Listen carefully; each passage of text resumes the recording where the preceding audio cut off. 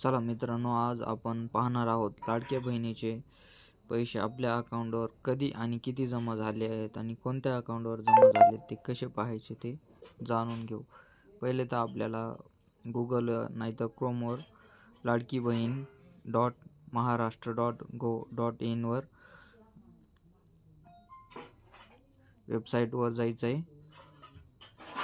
वरची जी वेबसाईट आहे त्यावर क्लिक करायचं.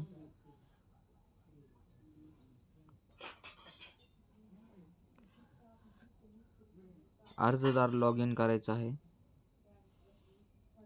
आपला रजिस्टर मोबाईल नंबर टाकायचा आहे आणि पासवर्ड जर नसेल तयार तर खाली तुमचा पासवर्ड विसरला त्याच्या पुढे क्लिक करायचं आहे आणि OTP मोबाईल नंबर टाकून कॅप्चा टाकायचा आहे आणि सेंड OTP करायचा आहे. पासवर्ड नंतर OTP टाकायचा आहे. लॉग इन होऊन जाईल. मग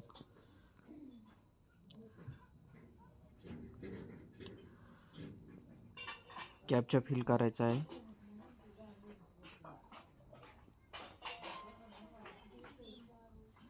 लॉग इन करायचं आहे. लॉग इन झालेला आहे. केलेला अर्ज